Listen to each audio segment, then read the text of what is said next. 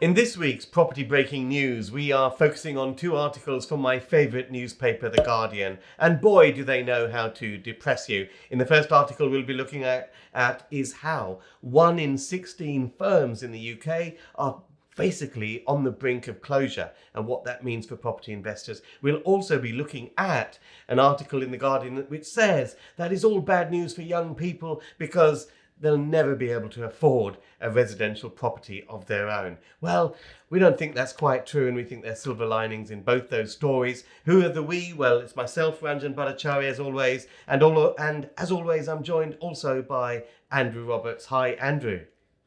Good morning, Ranjan, and what a fantastic weekend reading we've had. I mean, thank you very much to one of our mastermind students for introducing us to this quality newspaper. The Guardian, of course. Well, my absolute favourite, and it is certainly favourite if you want bad news, doom and gloom, and how the world will all be lovely if we're all in the communist republic of socialism or whatever it is. Anyway, let's look at this first article here. 1 million jobs are in peril as 1 in 16 firms say they are at risk of closure.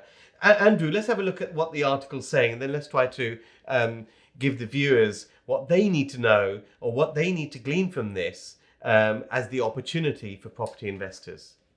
Absolutely. Well, this is a summary article of London School of Economics research program. And it's basically saying that as a result of COVID, there is going to be a number of firms when the furlough scheme ends, which will not be able to continue as they were before. Now, this is on the back of news which you and I will have been following about commercial landlords and rent deferrals and the recent white paper published by the government following their research. But we have to look at this in the round because some industries are more disproportionately affected than others. And there's also, if we refer to last week's video about dark kitchens and dark stores, huge opportunities and huge growth areas. So I think this is an article focused on one side of the story only.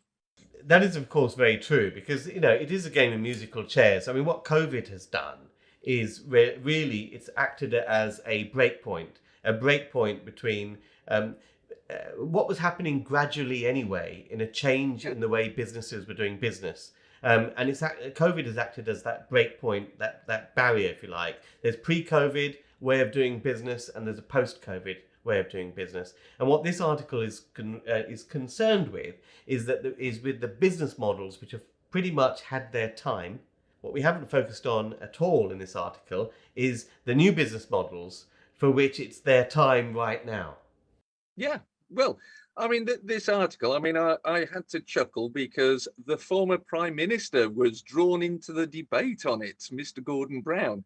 And Gordon Brown was saying, we need to roll out and expand the Kickstart and Restart job schemes because we've got 1 million young people needing jobs and 1 million people coming off furlough who are going to be made redundant. And they even consulted on the TUC about creating permanent roles. And I was looking at this and I'm thinking, do you know what? There is huge opportunity coming out of this report. If only the writer of the report could see what was staring them in the face. And, I don't know about you, but I personally think business models have changed. The way we do business has changed. And what we need to do is adapt. And, well, do you see what I'm seeing in this report? Absolutely. I'm seeing one side. Because there was another report just last week as well, which talked about how many jobs have actually been created. So this is focusing on how many has been lost, but the number of jobs that have been created is pretty close to the months pre-COVID, which is quite incredible considering what we've been through. But of course, this has a massive impact on the property sector because, I know it's a general thing to say, but you will find that as a general rule of thumb, the business models which have had their time and which are failing, where all these job losses are happening, they are businesses which probably had more real estate square footage to carry out their business than Yeah. most. The newer businesses, the newer business models which are working post-COVID require less square footage of commercial real estate to conduct that business from. So this actually means there are a lot of old buildings which will need repurposing. Yeah, well, I looked at an old building last week, which was used as an office. It was the upstairs of an old building, and it had perimeter trunking. Now, that isn't suitable for a modern business environment, and therefore needs to be repurposed and reconfigured. It wasn't suitable. Similar with a lot of retail stores. When was the last time you or your family went out for a whole day's shopping at the shops? You now sit there on the internet tinkering away. I mean, you've even told me you buy your clothes online. Well, of course. I mean, a whole day of shopping is torture. Yeah. That's all I can equate it to. But yes, so out of this, I mean, it's safe to say that, I mean, we're already seeing it right now. We're seeing, I know you have seen buildings, I've seen buildings which fit this template where businesses are not returning out of lockdown. They've decided, or where they've had a particular site that we're involved in right now, they've got 2 particular offices. And now they're returning out of COVID in September. They're only returning to one of them. Yeah. They're shutting one of them down, which means that space is repurposable. And this is happening up and down the land. Yeah, they're consolidating their footprint of premises. And I personally did a video some time ago about the different types of firms and sectors: law firms, banks, accountants, all of whom have said they are encouraging staff to work from home 3 out of 5 days a week. Therefore, they need less office space. So that is changing the whole market space and the whole landscape of offices. Absolutely. And I guess this leads us on to our next Guardian story quite nicely, because you know, we talk about converting commercial spaces to residential spaces because there is a housing crisis. We need 300,000 homes, and we're producing 100,000 homes a year. And it's very interesting to note that we could actually meet all of the 300,000 home target just by repurposing defunct commercial buildings, which is absolutely amazing. And it's very green. You know, you're not building in green fields. Well, you're not building in green fields, but you're also not having to demolish all of the concrete and all of the toxic materials and dispose of it. So I think it's great, but we'll get back to the video in just a moment. What is the most exciting opportunity in property right now? And that is repurposing defunct commercial buildings to residential use. Now, most people don't really know where to start, what to look for, and how to exploit these opportunities. And that's why I've prepared 90 minutes of free training for you to get you started on this wonderful journey. You can register for this free training at property-workshop.com. Join me on that free training, and I'll leave you to enjoy the rest of the video. Again, you know, your favorite newspaper was quoted as saying this is doom and gloom for youngsters. Yes, why? I mean, when is it ever doom and gloom for youngsters? It's always great to be young, isn't it? I mean, what are they moaning about now? Well, it is if you read The Guardian, but, you know, what are they moaning about then? Well, what they're saying is youngsters will never be able to afford to buy their own home. Well, actually, as we've just identified, there is 1 in 16 commercial properties potentially coming to market and going to be vacant. And it needs repurposing. Therefore, if it's repurposed, it creates an opportunity for young people to live in the heart of the city, where the shops, the clubs, the action and the life is, to actually begin their life. But this is a research report, this time being quoted in The Guardian, that was done by HSBC. and they referred to 11 reasons why young people will never be able to afford to buy their own home. And I think that's a bit bonkers. But, one of the interesting ones was Keir Starmer, the Labour leader. So, I mean, there seems to be a political bias here that I'm picking up. Gordon Brown being quoted, now Keir Starmer. Political bias in The Guardian? Who would have thought? No, never, never.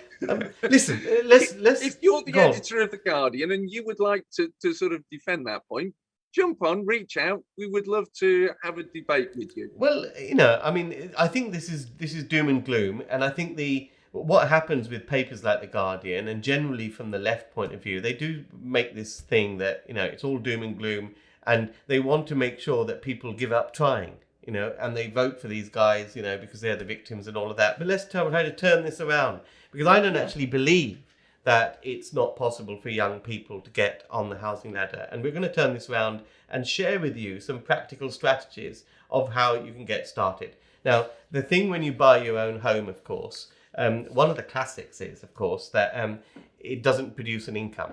So you've got to afford it with a mortgage, and you've got to pay the monthly mortgage out of an income that you're generating in another way. How about if you bought a place, you stayed in one of the rooms and got in 3 housemates? Now that's exactly what I did. I bought a house when I graduated straight out of university. I bought it in Zone 5 London, and I stayed in one room, and I got 3 people to take the other rooms, and actually they paid most of the mortgage and they made that house affordable. There are all sorts of creative ways in which people can think out of the box to get on the property ladder, and you won't find those creative ways by reading The Guardian. Andrew, would you like to share any tips for how people can get started? I've actually got a cracker of a tip as well. And this is somebody who is in my very close friends and family circle. And they're quite young. They currently rent a house. They have their own business. And they're actually looking at establishing a gym.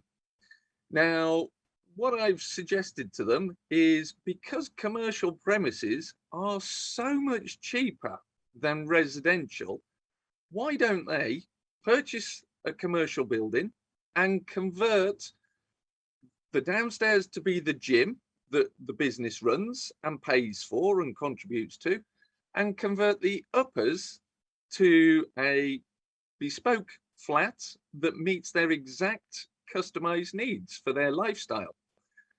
And that is being progressed as we speak. So there is a completely different way of taking one of these 1 in 16 defunct buildings The Guardian refers to and reusing it, but in a very practical way. Now, it might be you decide, actually, I don't want to run a business on the ground. Under the Class MA, which you and I have done videos on before, we can repurpose the whole building to residential. But sometimes, of course, another way of playing that same strategy is by saying, well, in many areas there's a demand for smaller shops. By keeping the shop smaller at the front and maybe having a flat at the back or something, you've actually got no mortgage, no outlay for that property, because the rent from the shop will pay for you to live. There's so many other ways people can cut it with sort of lease option type arrangements, where you lease a property from someone, you multi-let it out, you possibly stay in it yourself as well, but you have the option to buy it at a fixed predeterminate price at some point in the future.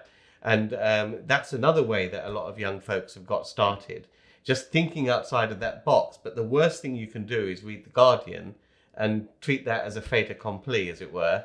And that's really the lay of the land. No, I would agree with you. And, it's about doing things legally, but thinking creatively. And both you and I are creative thinkers. I remember a video that we did last year, and you made a phrase and a quote, which was, there was a sign on a wall that said no ball games. You didn't break the rules, you played badminton instead. And that's exactly what we do. Yes, yes, absolutely. Of course, if you're a property investor, you don't really want to just read The Guardian. You really want to be subscribed to this channel. Make sure you subscribe and hit the bell icon if you haven't already done so. But I think the important thing that we're trying to get out of these two articles is that you do see in some papers they concentrate on the doom and gloom. But as a property entrepreneur, what you've got to do is look behind the headlines to see where the entrepreneurial opportunity is. And what we are seeing in spades is that there's this massive opportunity with an oversupply of commercial property because the commerce is not there to fill the space. Therefore, it's difficult to figure out how to value it exactly. Yeah. And that's why it's a relatively low price per square foot. But residential property, we still ain't producing enough, and that's sky high. So if you can use light touch planning rules to convert from one to the other, it's game on. It's game on for the savvy, clued up property entrepreneur. It is indeed. And the part in Pearl of Wisdom I would like to share with the wonderful audience out there is, do not go round chasing property prices. Don't go, oh, Hull is going up in prices. Is it? We've got to go and buy in Hull. Let's actually focus on the big picture, the politics. Follow the politics, not the prices. It is the politics that pull the prices up. If you're chasing the prices, you're following the market where everyone else has made the money already. Yes, yes, yes, absolutely true. Even if it is in Hull. So that's it for this video. Thank you, Andrew, for joining me. That's been a roundup of the week's property news, if you like. See you all next week. Make sure you don't go away without subscribing. Tell us what you think about what we have said in the comments below, and see you guys in the next video.